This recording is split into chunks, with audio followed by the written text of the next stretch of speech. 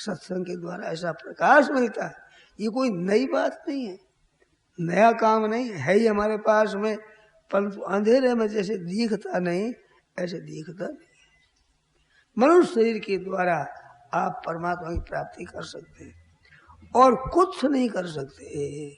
आपके वहम है हम धनी हो जाएंगे, हमारा नाम हो जाएगा, और पूछे कितना दिन, जितने दिन उसमें राजी रहे उतने दिन आपके मुफ्त में ठगाई में चले गए। अगर आप होश में आते तो ऐसे धोखे में आप नहीं जाते। बड़े बड़े संत महात्मा हुए, वृद्ध और त्यागी, क्या वो बेअकल थे जिन्होंने त्याग करके भजन में लग गए हैं? क्या उनमें समझ नहीं थी? सार चीज में लगे, सार और असार में लगे वैसा कर रहे हैं। एक संत थे, भिक्षा के लिए गए तो सेठ आया, नमस्कार किया तो संत ने भी नमस्कार किया। वो पैरों पड़ता है तो संत भी उसे पैरों पड़ते हैं। सेठ बोला कि महाराज आप पैरों कैसे पड़ते हैं? कि तुम कैसे पड़ते हो भाई? कहते आप महाराज त्यागी हो, इस वास्ते आपकी महिमा है। ऐसा त्याग के कारण महिमा है। तो त्यागी किस गए है? जमीन जायदाद मकान स्त्री पुत्र धन, इसका आपने त्याग किया है। तो त्याग में देखो तुम बड़े हो कि तुम स्त्री पुत्र धन के लिए भगवान का त्याग किया है। तो बड़ी चीज भगवान होगा कि रुपया? भगवान का तुमने त्याग किया ताकि तुम बड़े हो कि मैं बड़ा हुआ। अरे बड़ा त्याग करे वो बड़ा त्यागी, छोटा त्याग करे छोटा त्यागी। तुम संसार के भरोसे भगवान को ही इस्तीफा देकर बैठ गए तो कितने तुम्हें त्यागी हो? नमस्कार तो तुम्हारे को करना चाहिए, तुम बड़े हो। तो ऐसे त्यागी बने बैठे हो, जरा सोचो तो सही। एक पलक मारते ही प्राण चले जाएंगे, उस समय तुम्हारा धन संपत्ति वैभव क्या काम आएगा? और भगवान का भजन किया तो काम आएगा, लोगों पर भी असर पड़ेगा। संत महात्मा थे, गोस्वामी तुलसीदास जी महाराज हुए, उनकी रामायण को लेकर के कितनों को शांति मिलती है, कितनों की जीविका चलती है, कितने सुधर जाते हैं आदमी उन संत की वाणी से। इतना लखपति करोड़पति अरबपति भी इतना उपकार कर सकता है क्या दुनिया का? नहीं कर सकता। तो भगवत भजन करके आप दुनिया का कितना भला कर सकते हैं जिसकी कोई गिनती नहीं है। कितनी विलक्षण बात है। और धन कमाने में कोई स्वाधीन नहीं है। सब लखपति नहीं बनते हैं, पर लाख नाम रोजाना दे सकते आप।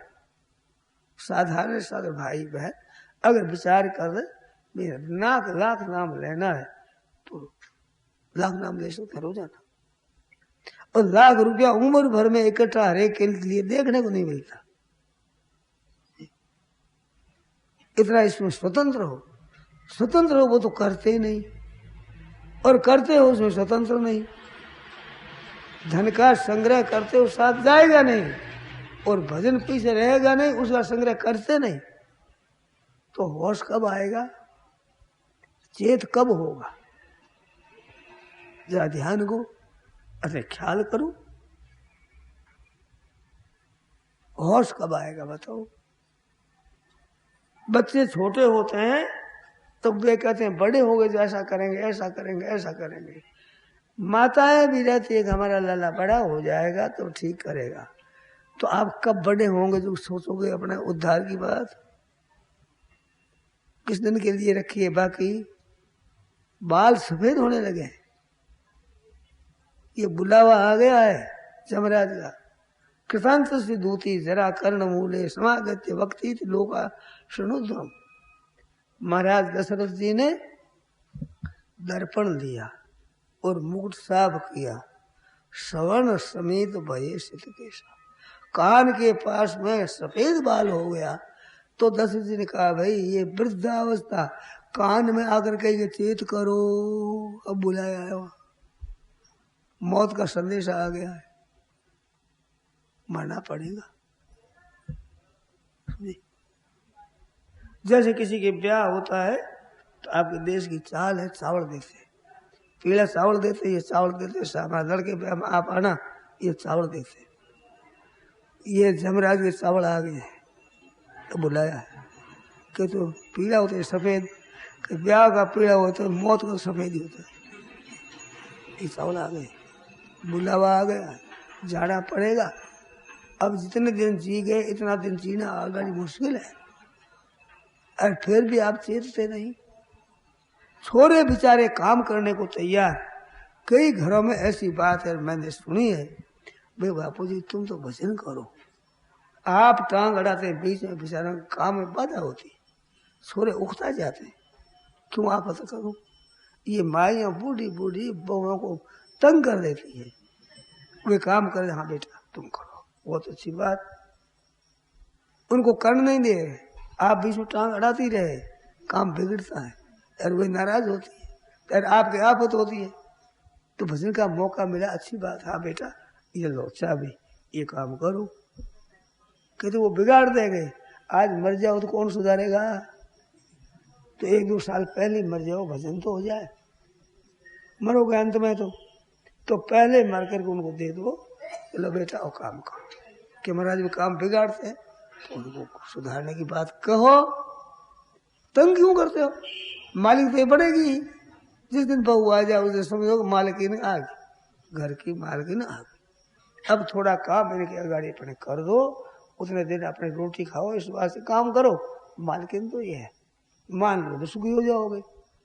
आपके भी छोरा बड़े हो जाए तो उनको काम धीरे धीरे समझा दो, अब करो भाई। अरे राज्य में नौकरी करते हैं भाई, रिटायर होते हैं, तो आप गृहस्थ में रहते रिटायर कब होंगे। असली काम जिसके लिए आना हुआ वो कब करोगे, ये सोचा है क्या। अंधाधुंध होकर हाय पैसा हाय पैसा हाय पैसा हाय पैसा कर रहे हैं, लाल लग रही है पैसों की, नतीजा क्या होगा। पैसे कमाकर छोड़कर मरोगे। आप सोचते नहीं, इधर ध्यान नहीं देते। कलकत्ते में एक भाई से मैंने कहा कि तुम पैसा ही पैसा कमाते हो, आज बैठे भजन करो तो पीढ़ियां तक खावे जितनी रोटी आपके पास है, फिर भजन क्यों नहीं करते, क्यों कमाते हो। वो सज्जन आदमी था, उसने कहा स्वामी जी इसका हमारे पास जवाब नहीं है, क्या कमी है साहब की, भगवान की भजन में लग जाओ, अवसर आया, बड़ा सुंदर अवसर है, परंतु क्या जाने पीतवा मोहमयी प्रमाद मदिनाम उन्मुक्त भूतम जगत। जैसे मतवाला होता है दारू पिया हुआ, इस तरह से दारू पिए हुए पर चलते हैं, ख्याल नहीं करते हो। मौत आ रही है नजीक, कब चेतोगे, कब भजन स्मरण करोगे, अपना उद्धार कब करोगे। जिस काम के लिए मानव शरीर मिला भाइयों बहनों, वो काम पहले करो, पीछे समय बच जाए तो और करेंगे। परमात्मा तत्व की प्राप्ति पहले करना, उसमें सब स्वतंत्र हो, धन कमाने में स्वतंत्र नहीं हो। दूसरे की तिजोरी खुलेगी तब धन मिलेगा, और परमात्मा की प्राप्ति के लिए ऐसा नहीं है कि दूसरे की तिजोरी खुलेगी तब मिलेगा। राम दड़ी चौड़े पड़ी, सब कोई खेलो आए, दावा नहीं संतदास जीते तो ले जाए, चौड़े पड़ा हुआ है। मना मुख राम कही दे रहे, मन मुख राम को खुली चीज है, खुला माल पड़ा हुआ है, देश गद्दी करते हो। वो तो लेते नहीं, जो साथ में चलता है वो लेते नहीं, और लेते हैं वो साथ चलता नहीं, क्या दशा होगी जरा सोचो। आपके साथ में अच्छा काम चलेगा, भजन स्मरण करोगे, साथ में पूंजी चलेगी, बड़ी बढ़िया, लोग भी याद करेंगे और सद्भाव से याद करेंगे। और दुष्टता का काम करोगे, मर जाने पर राजी हो जाएंगे लोग।